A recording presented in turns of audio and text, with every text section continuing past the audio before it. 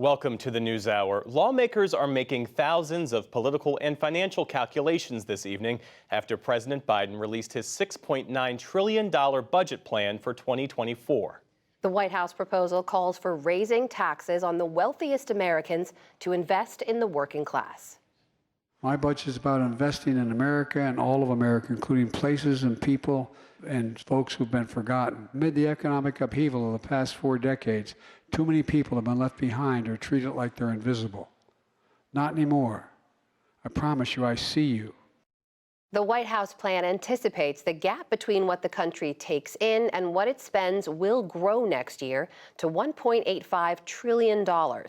NPR White House correspondent Tamara Keith is here to break down the highlights and to make dollars and cents of it all. Hi, Tam. Nice to see you. Hi. See what I did there? You got a budget pun in right up on top. Right at the top. Listen, Tam, as you know, the president often says budgets are a reflection of the author's values. What does this budget tell us about this president and the White House? This is a pretty decent preview of what we can expect him to run on for president in 2024 with his anticipated re-election campaign. This is also a lot of what he ran on in 2020 when he ran for president last time.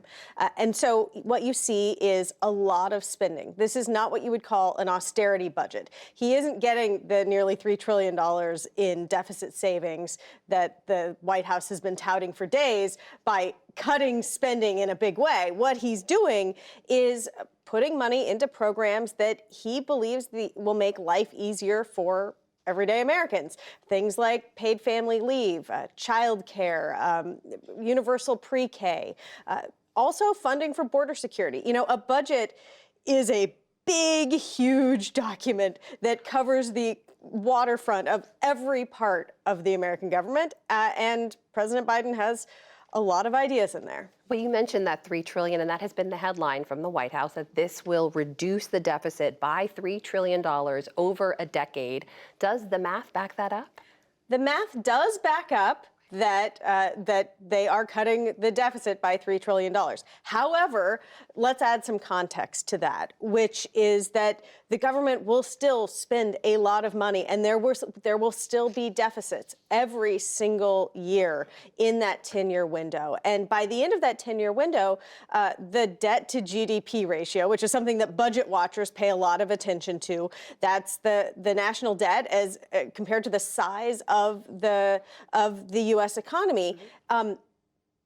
The debt will exceed the size of the U.S. economy at a level not seen since immediately after World War II. That's according to an analysis for the Committee for a Responsible Federal Budget. So it is both a budget that cuts the deficit and also a budget that continues to have deficits and continues to add to the national debt. So here's what we see. We see Democrats largely saying they want to raise taxes on the wealthy. Republicans are saying, no, the country actually brings in enough. We are simply spending too much. And just yesterday, House Speaker Kevin McCarthy said he is ready to negotiate to a point. Take a listen. I do not believe that raising taxes is the answer. I've had this discussion with the president personally. If you look at the revenue that's coming into America today, it's higher than at any 50-year average. We've only topped this 2 other times that we've met at the same time. But our expenses are much higher. Tam, is there any indication that either side is ready to compromise on this? Well, not really, not yet. Though compromise is probably going to be inevitable if the debt ceiling is going to be raised and if the government is going to be funded and if in the long term programs like Medicare and Social Security are going to continue to be fully funded and viable. But President Biden, hearing that the speaker was upset that he hadn't met with him and hadn't negotiated yet, topped his speech today saying, well, the speaker says he wants to meet with me. I said I'd meet with him again when he shows me his budget. So show me your budget. Really what we should think of these documents as, it's a political document.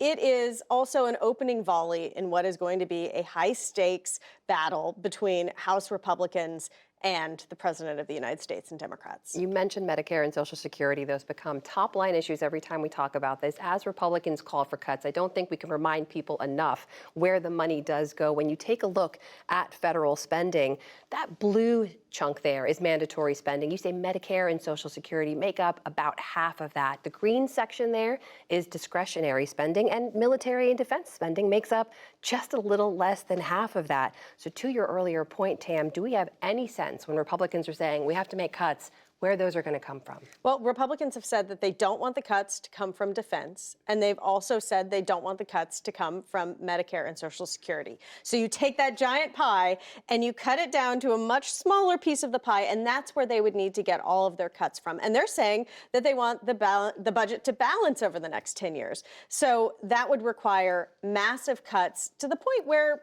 people would definitely notice. But just as the White House budget is pretty abstract and dead on arrival in Congress, a Republican budget, if they release one or when they release one, and I think it's still in the if stage, that is also not going to become law.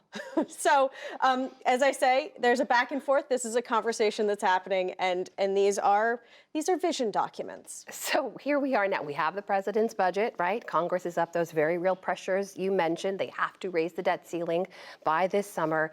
How do you see this unfolding in the weeks ahead in a body that's not known for meeting deadlines? Not known for meeting deadlines, but the debt ceiling, although it's not clear exactly when the X date is going to happen, sometime in the late summer, likely, that is a real deadline. That is a real deadline with real consequences if it isn't raised. So I think that there are going to be negotiations, but my guess is that the real hard negotiations, the serious talks, probably aren't going to happen until it gets much closer to the deadline.